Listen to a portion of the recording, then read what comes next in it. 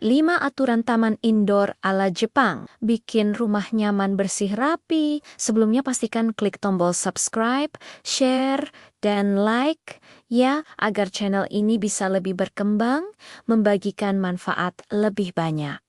Terima kasih, Hio Bunda semua. Jujur ya, aku mau mulai dengan curhat dikit. Pernah nggak sih kamu duduk di rumah sendiri, lampu nyala, rumah bersih, tapi hati kok tetap nggak tenang? Padahal lantai sudah dipel, meja nggak ada debu, tapi rasanya kayak ada yang salah. Aku pernah sampai mikir, apa aku yang kurang bersyukur ya?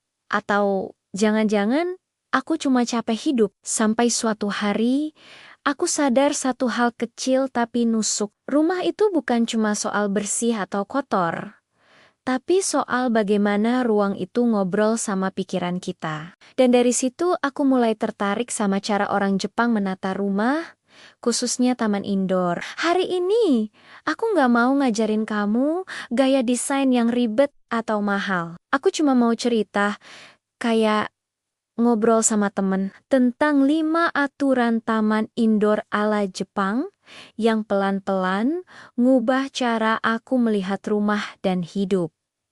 Aturan pertama, jangan serakah sama tanaman. Ini kelihatannya sepele, tapi dampaknya besar. Kita sering mikir rumah bakal lebih hidup kalau semua sudut dikasih tanaman.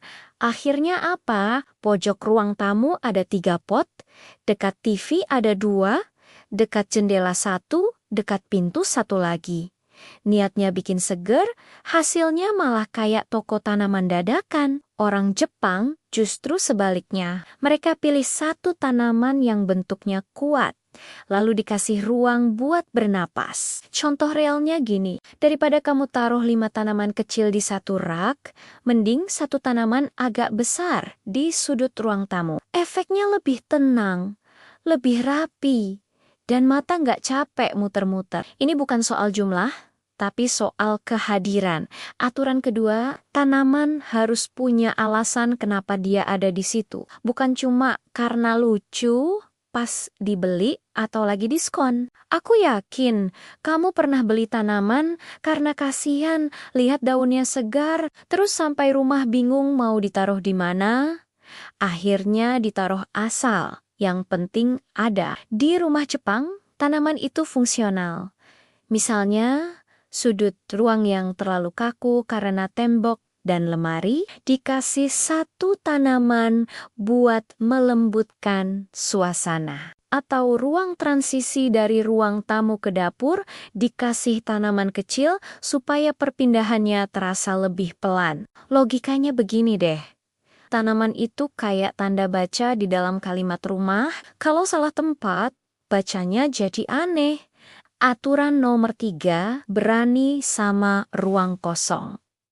Ini yang paling susah buat kita. Karena dari kecil kita diajarin, ruang kosong itu sayang kalau nggak diisi. Padahal justru ruang kosong itu yang bikin rumah terasa lega. Contoh nyatanya gini, kalau kamu punya rak, nggak semua tingkat harus diisi tanaman. Sisakan satu tingkat kosong, atau kalau ada tanaman, jangan tempelin ke dinding. Kasih jarak sedikit. Jarak itu bikin mata dan pikiran kita istirahat. Orang Jepang paham banget soal ini. Mereka percaya ruang kosong itu tempat energi dan emosi bergerak. Aturan keempat, pilih tanaman yang karakternya tenang, bukan yang ribet, menjuntai kemana-mana, atau daunnya terlalu ramai. Karena bentuk visual itu langsung nyambung ke emosi kita. Contohnya, tanaman dengan daun besar dan bentuk jelas lebih menenangkan daripada tanaman kecil dengan banyak cabang acak. Bukan berarti yang kecil itu jelek, tapi untuk taman indoor ala Jepang, kesederhanaan itu kunci. Ini logis secara psikologi. Otak kita lebih suka pola yang jelas daripada yang acak. Makanya rumah bisa bikin stres tanpa kita sadar. Aturan nomor 5. Tanaman itu harus bikin hidup lebih ringan, bukan lebih ribet. Kalau kamu pulang kerja udah capek, terus masih harus mikir, tanaman ini disiram jam berapa, kena matahari atau enggak, itu bukan taman indoor. Itu tugas tambahan. Orang Jepang pilih tanaman yang kuat, nggak rewel, dan cocok sama kondisi rumah. Contoh realnya, kalau rumah kamu minim cahaya, jangan maksa tanaman yang butuh matahari penuh. Itu bukan estetik, itu nyiksa dua pihak. Kamu stres, tanamannya juga stres. Kalau diperhatiin, 5 aturan ini bukan cuma soal taman. Ini soal cara hidup. Lebih sedikit tapi bermakna. Lebih sadar sama fungsi. Berani ninggalin yang nggak perlu. Dan memilih yang bikin hidup lebih tenang. Aku sering bilang ke diri sendiri, kalau rumah aja nggak kita buat nyaman, gimana kita mau tenang menghadapi dunia yang ribet di luar sana. Jadi kalau hari ini rumah kamu terasa berantakan, penuh, atau bikin capek pikiran, jangan buru-buru nyalahin diri sendiri. Mungkin yang perlu kamu ubah bukan hidupmu, tapi satu sudut kecil di rumahmu. Mulai dari satu tanaman, satu ruang kosong, dan satu keputusan kecil yang lebih sadar. Karena ternyata, kadang-kadang perubahan besar itu datang dari hal sederhana yang kelihatannya sepele. Makasih sudah mau dengar curhatan panjang ini. Sampai ketemu lagi. Semoga rumah kalian makin nyaman dan hari-hari kalian makin damai.